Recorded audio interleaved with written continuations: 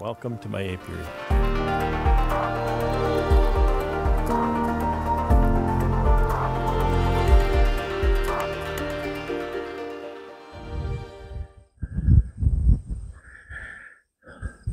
It's Monday, September 19th, 2022. I'm in really good spirits today because we finished our extracting yesterday afternoon, early evening. And today is a beautiful day to come out into the apiary. There's a few things I need to take care of out here. And the days that are warm enough and nice enough to do work for this are getting fewer and farther between. It's been a bit of a cool and rainy week. So today is really nice. I believe it's going to start to rain later today though, so I need to get this done. What I'm going to do here today, the things I need to take care of are, one of the things is I have a few of these little guys sitting here. These are failed mating nukes. Just the last round of mating didn't work out. And they've been sitting here too long, so they're probably in pretty rough shape, and they just need to be shaken out. I hate doing shakeouts, but it's the best thing for them because they can find a new home with a viable colony. Left to their own, they're just going to peter out, cease to exist, and make a really big mess of the equipment.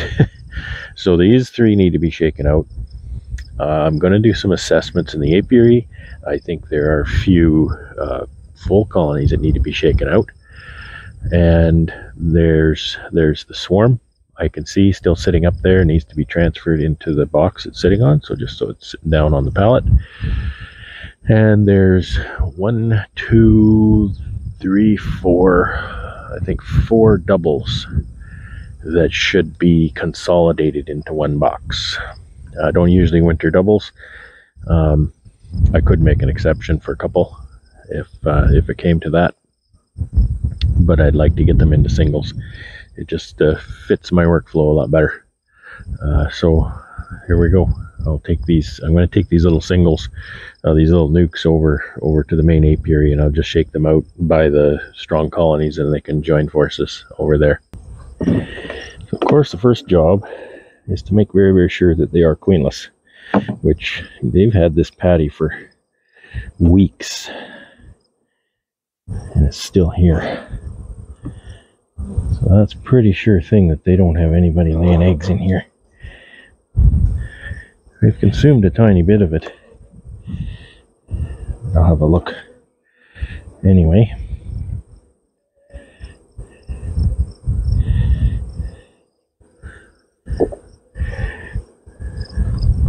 This nuke looks about the same as it did when I made it.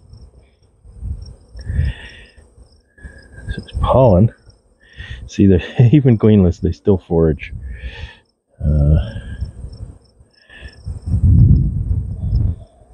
I have checked these a few times. I'm sure there's nothing, but you know, I have done this where I've gotten most of the way through shaking out a colony, and then, oh, look, there's a queen. There's a bald-faced hornet. And then you think, well, what am I going to do now? I've just gotten rid of half of the colony.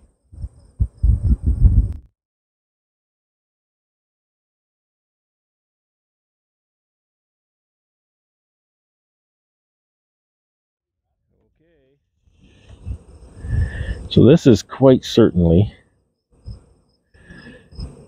queenless. And if there's a queen in here, she's no good. I was expecting them to be laying by now. They've been queenless a long time. So this is what happens. They just go out on the ground in front of those colonies, and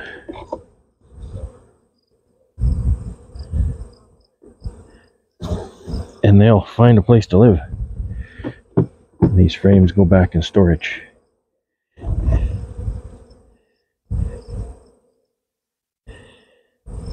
I'm always nervous though, looking for the queen, because they're not laying it. It's like, why are they not laying? There's no queen laying, but the workers aren't laying, and they've certainly been queenless for more than 3 weeks. Oh, got stung on that one.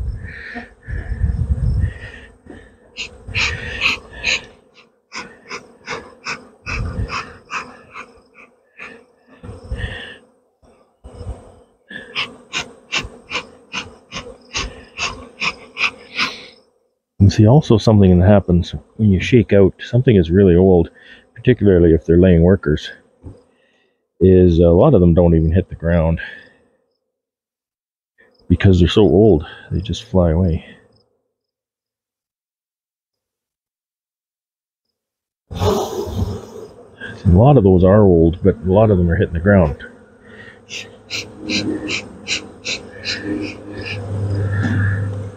Okay. This is like, to me, this is like putting down a pet. I mean, I don't think my bees are pets, but it's just kind of like pulling that trigger. It's a final thing. There's no going back on that. Like I said, there's been times when I've got halfway through that and then, oh, there's the queen. So I get very apprehensive about the whole thing. I'll make sure the door is closed on this.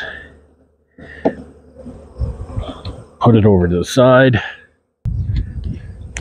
These colonies here are nice and strong. And so these queenless colonies will be no threat to them. It's all about dilution, you know. More queenless bees with less bees from the colony, you know, that can be a problem. A stronger colony and fewer, you know, foreign bees.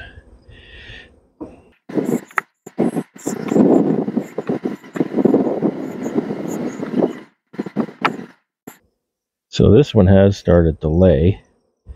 I'll show you this comb up close. I guarantee there's no queen in here.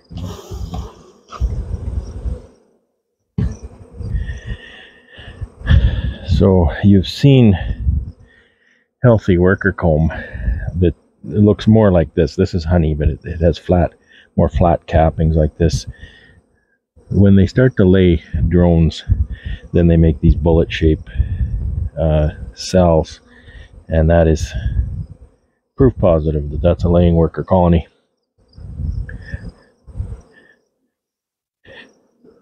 It kind of makes a mess of the comb a bit.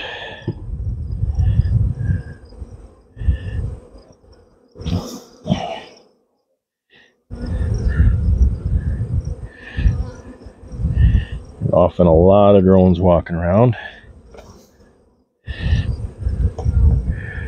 which they definitely have a lot of drones.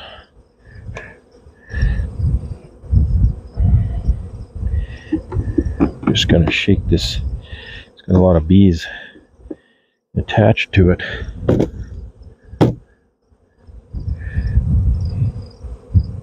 I'll put these frames back in it.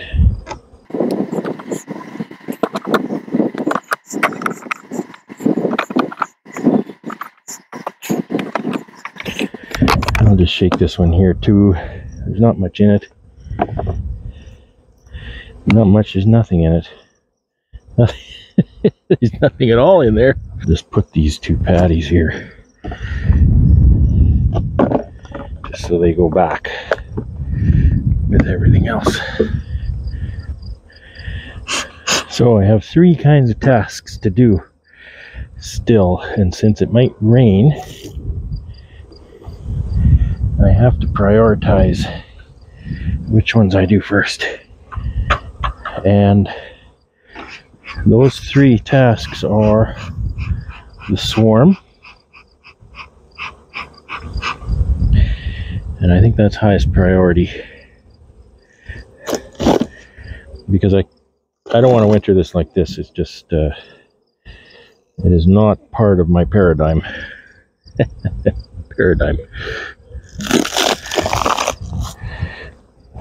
Sure is full.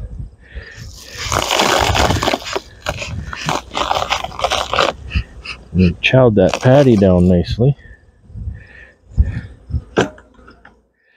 Pails, there's nowhere to put my smoker.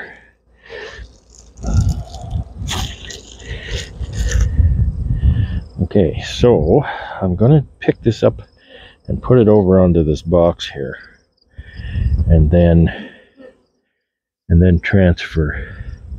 And I'm going to pick it up by the handles because the bottom board is screwed to this box. This is kind of my swarm catcher box. Not my swarm catcher box. It's not a swarm trap. Oh my god. Well, I'd say they're ready for winter. Holy smokes.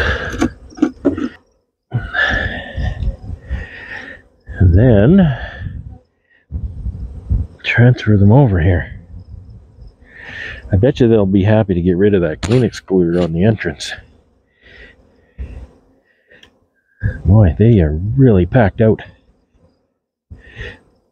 So this will be an older queen. I don't know that I ever determined what year that queen was, but I think she was marked, so I should be able to tell if I see her. The outside frame is full of syrup, but not fully capped. Well, partly capped on the inside.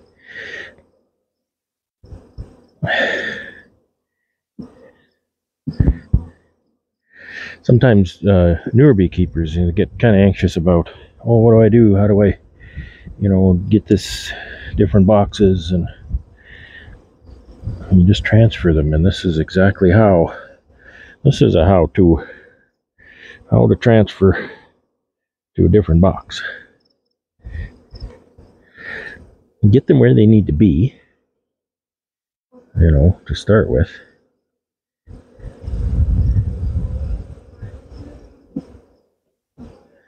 Don't kill the queen. Should go without saying, but it isn't always, that obvious. I don't want to use too much smoke because I don't want them getting too running around.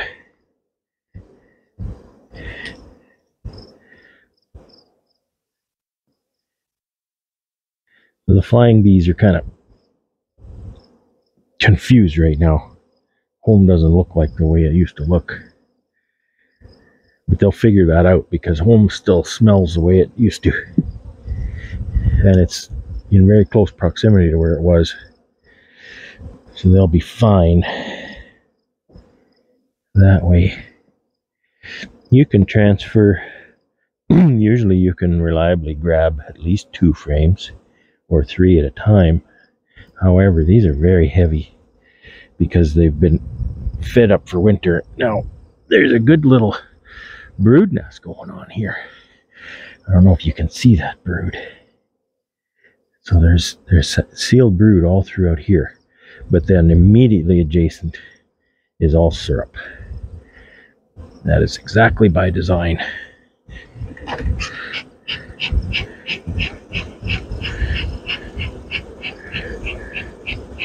"19th of September, I'm okay seeing some brood. Sealed brood. I don't want to see a lot of open brood. So I need that brood to be backfilled over the next 3 weeks.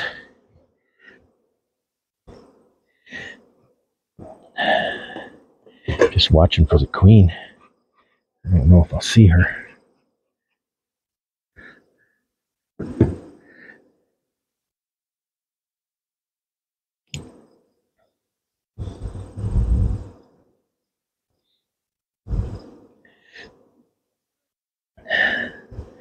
There's a larger patch of brood.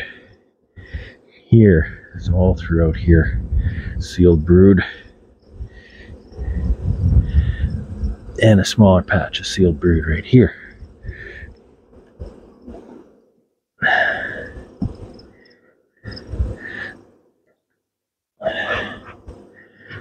Some brood on the next one.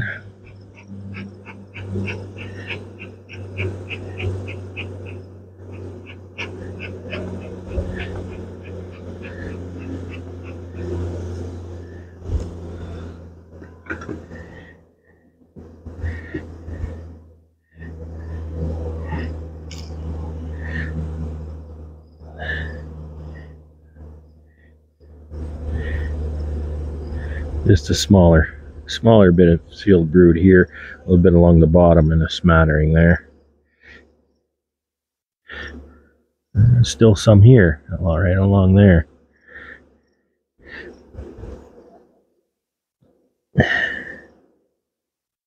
Oh, it kind of feels good to work the bees. I haven't done this in weeks.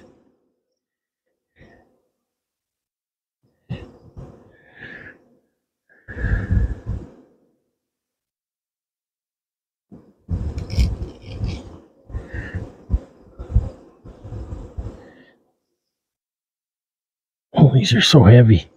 There's no brood on this one.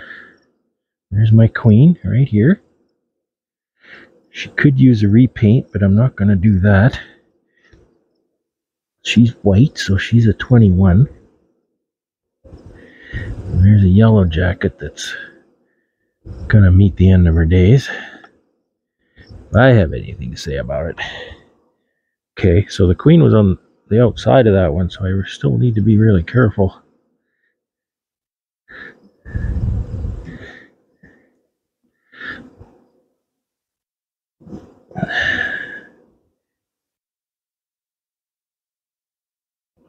Let's see if I can. Can't really see the queen, but I can see that there's nobody along the edges.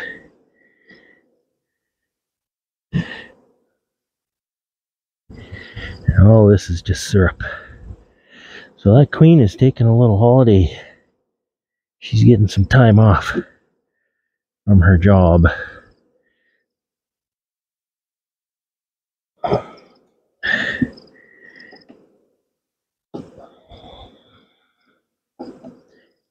Squeeze that as much as I can.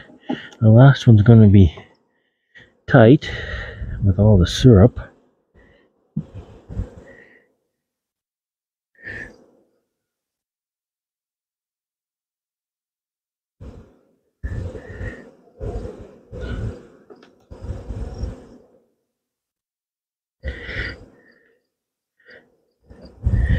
And that is pretty much it. I need to dump this box out.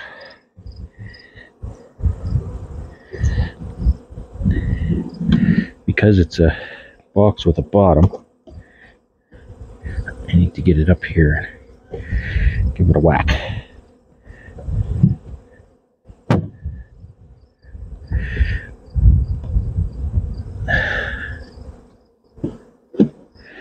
Okay. Well,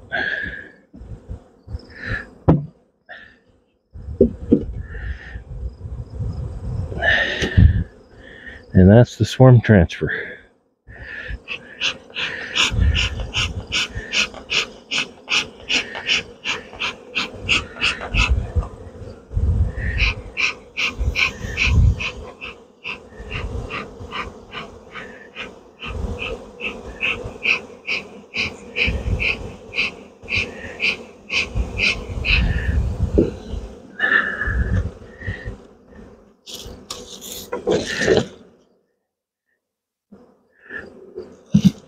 I even wrote the date on that, August 7th, that was swarm capture. This pail is probably no more than half full. I'll give them another round of syrup. Usually I'll give if I give a third pail, it'd be about half full. Okay, so that little task is done. I think you can see the entrance there. So the entrance to the hive was here, into the white box. And it looks like they're figuring that out pretty good and collecting there. Some Nazanov going on there, inviting them home. Piece of patty there. And we'll move on to the next task. Well, I did that whole last transfer without turning the camera on. So this is kind of the same thing. Hopefully it goes as well. So here's another one of my 6-frame combines.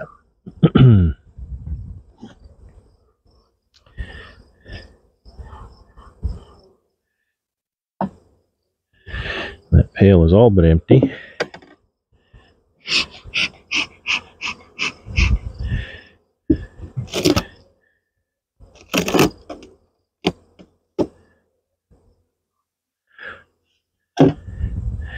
And this has far more to do with me than the bees.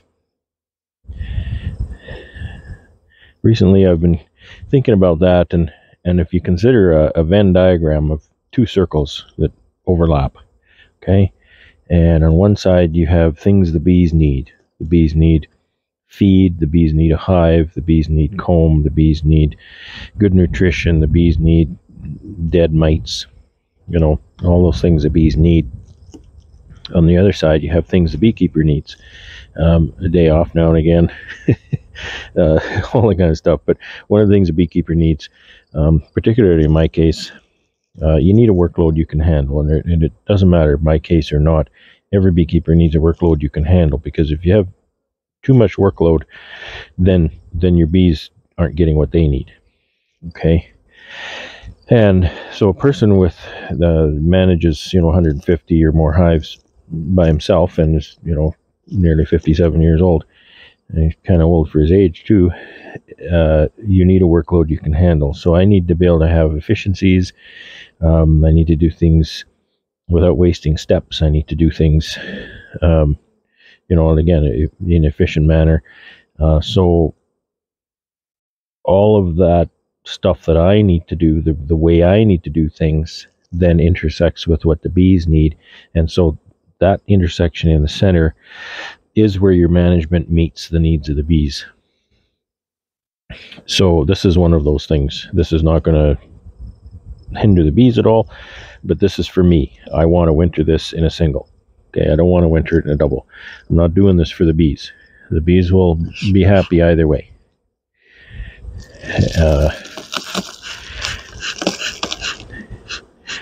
So if it's not going to be a determinant to the bees' needs, and it's going to serve my needs, then that falls in that intersection. Okay, so I need to accomplish a couple different things here. And those two things are, I need to get any brood that's in the second box into the bottom box. And I also need to get the queen in the bottom box. So if she's in the top box, she needs to be put down. Not in the,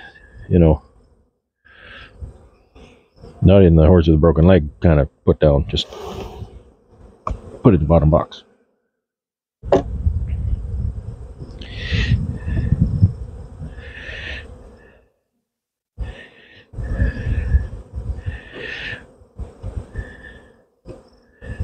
Okay, so there's a nice, I get stung in a finger.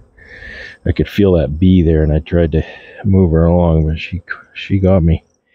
So there's a nice brood pattern on that side. There's a nice brood pattern on that side. I'm just going to set that right here in my quiet box.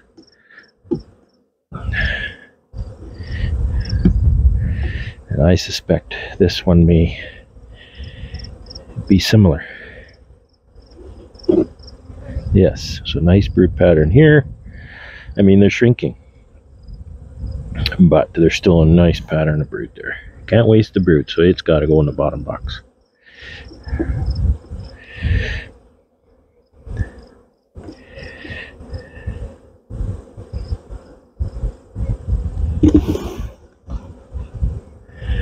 And it'd be nice to confirm that my combine went well, that they're happy with my queen.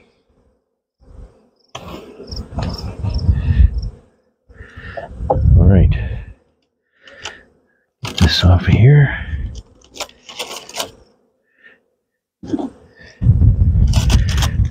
Paper is organic, so it'll just turn to nothingness in time.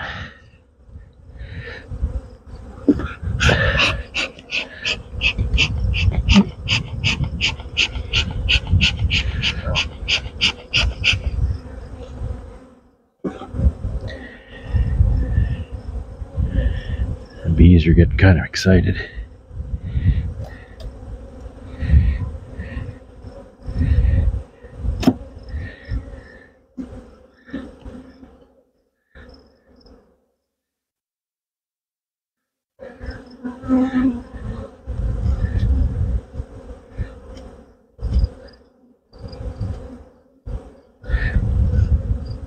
Alright, this is a kind of a frame is this. Got my sunglasses on, and it's not even that bright out here. I don't think there's anything spectacular about that frame, except it's a pretty decent frame of syrup, which is what you're looking for this time of year. So what I'm looking for, also looking for a queen with a yellow dot on her back. So I got 2 frames of brood there, so I need to take out at least 2 frames. This one looks like a good removal candidate. It's not even drawn very well. I don't like the way this colony feels. It feels like they've killed my queen.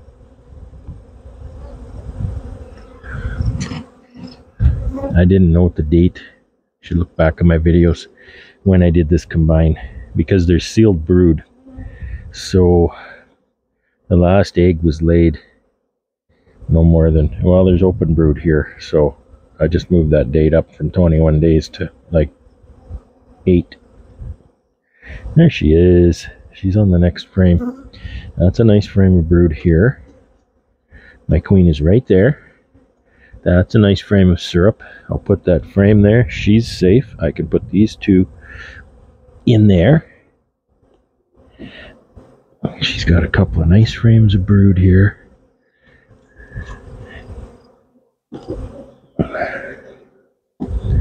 And then I'll pick my heaviest frame to set on the outside.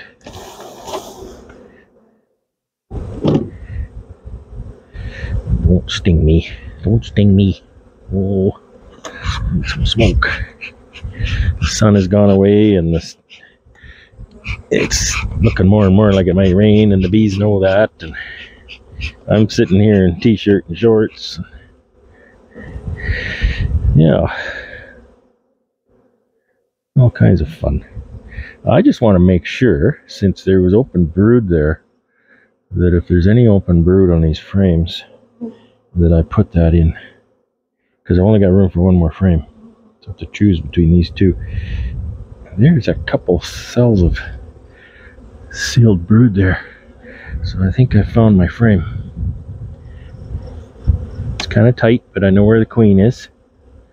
I'll try not to kill bees, but you know, queen is the most important one. Okay, so that's done. I've got an inner cover there. I'll put these over here.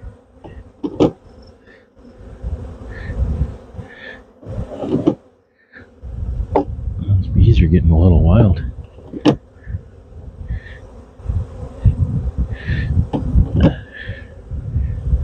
Shake this one.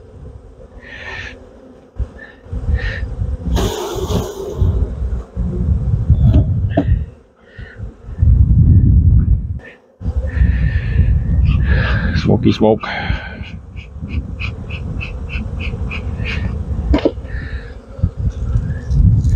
Inner cover, hive tool on the upwind side.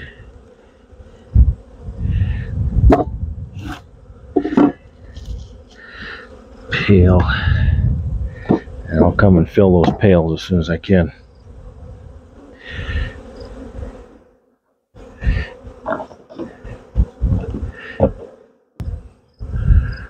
I think that's it for now.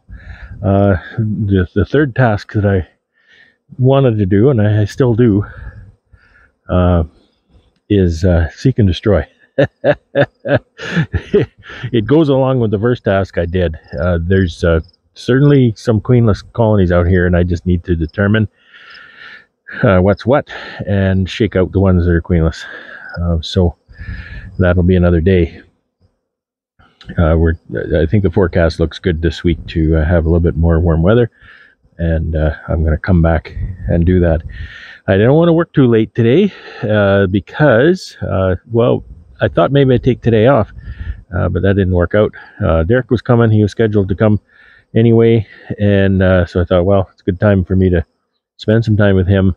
It's always educational for me to talk with him while he's working. And also, I wanted to, get a jump on some of these tasks, shake out those little nukes, put these doubles down. There's some doubles still. There's, I don't know, what do we got? 3 full-sized 10 frame doubles. I guess that would be 20 frames, wouldn't it? That could and should be put down to singles, but push comes to shove, if I don't get that done and it's too late and for some reason I can't do it or don't do it, those could go on one pallet in winter as a double. That's not a big deal. So I'll have to probably address that another day. The other reason I don't really want to work late today is taking my wife out to dinner tonight as a little we're done extracting celebration. She worked really hard in the honey house. We extracted nearly 6,000 pounds of honey. Actually, we probably extracted 6,000 pounds or more of honey. And she has paled every drop of that honey. She strained it and paled it, which is the part of that process that I really hate. And she actually likes that part of the process. So we make a good team that way. She likes washing feed pails, and I hate washing feed pails. And she likes straining and paling honey, and I hate straining and paling honey. So I hope to have a nice dinner out with my wife this evening. And I may or may not take tomorrow off as a rest.